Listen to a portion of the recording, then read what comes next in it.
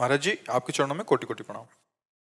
महाराज जी, हमारे पिता 2009 में पधार गए थे। महाराज जी, पिता किसी एक डिपार्टमेंट का नाम लिखा है। अधर्म की कमाई, रिश्वत आदि से हमारा पालन पोषण हुआ। मकान जिसमें हम रहते हैं उससे भी उसी पैसे से बनाया। उनकी इस गलती का परिणाम ये हुआ कि पूरे परिवार को भोगना पड़ा। माता जी का स्वास्थ्य बिगड़ गया, छोटा भाई नशे में चले गया और उसकी पधार गया। और कहते हैं उस मकान में रहना चाहिए क्या, उसकी गलती का परिणाम हमें भी भोगना पड़ेगा। हमारी बुद्धि गलत मार्ग पर ना चली जाए महाराज जी, हमें भयभीत हो। हाँ, अब नाम जप कीजिए और खूब नाम कीर्तन कीजिए। जड़ वस्तु है मकान, उसको हम पवित्र कर सकते हैं। पिता ने गलत किया तो जो कुछ परिणाम उनको भोगने को मिला, परिवार को मिला। अब नाम कीर्तन, भगवान की कथा वार्ता, भगवान की आरती पूजा, शंखनाद, अगरबत्ती, धूप बत्ती का धुआं, तो पूरा मकान पवित्र हो जाएगा। गंगा यमुना जल छिड़क दे, कभी किसी संत महात्मा को बुलाकर बैठाल के पवा दे, उनकी जूठन गिरे, घर पवित्र हो जाएगा। और आगे आपके द्वारा गलती नहीं होनी चाहिए।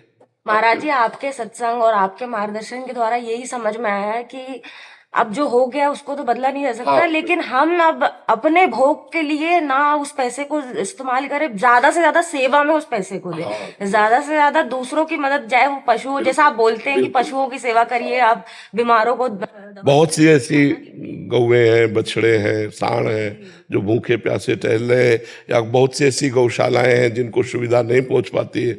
अगर इस तरह का धन है तो ऐसे दे देना चाहिए जिससे गौ सेवा हो।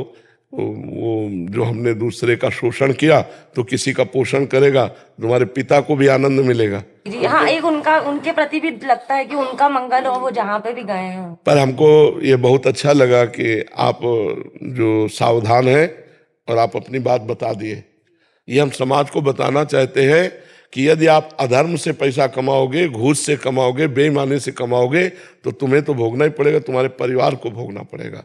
हाँ बिल्कुल, इसलिए भले 100 रुपया कमाओ, मूंग की दाल और रोटी खाओ, साइकिल से चलो, लेकिन तुम्हारा परिवार बहुत बढ़िया रहेगा, तुम्हारा जीवन तो अच्छा रहेगा, तुम्हारा परिवार भी बहुत सुसज्जित हो जाएगा। और अधर्म से कमाओगे तो देखो, बुरे कर्मों के द्वारा कमाया हुआ धन कभी सुख नहीं दे सकता, वो जलाएगा, पूरे जीवन जलाएगा तुम्हें। ये बाहरी जो बेईमानी का पैसा है, निर्दोष को आप दंड दे दिए और दोषी को बख्श दिए तो पैसा आके आपके आग नहीं लगाएगा। ये बहुत अधर्म जो है कभी बख्शता नहीं। इसलिए हमारी प्रार्थना है कि नमक रोटी भले खाओ, लेकिन धर्म पूर्वक कमाई का, अधर्म की रबड़ी मत खाओ, नहीं तो जीवन बर्बाद अपना भी करोगे, अपने बच्चों का, अपने परिवार का भी करोगे। महाराज जी, हम तो बस आपने निहाल कर दिया। मतलब आपने जो नाम दिया है, आपने जो धाम दिया है, आपकी नाम जप करो और जो अर्थ आपकी सेवा से ज्यादा है वो गौ सेवा में दे दो, अन्य सेवाओं में दे दो, और धर्म पूर्वक चलो। धर्म से जीने में शांति है, सुख है, आनंद है। अधर्म में अशांति है, दुख है, क्लेश है।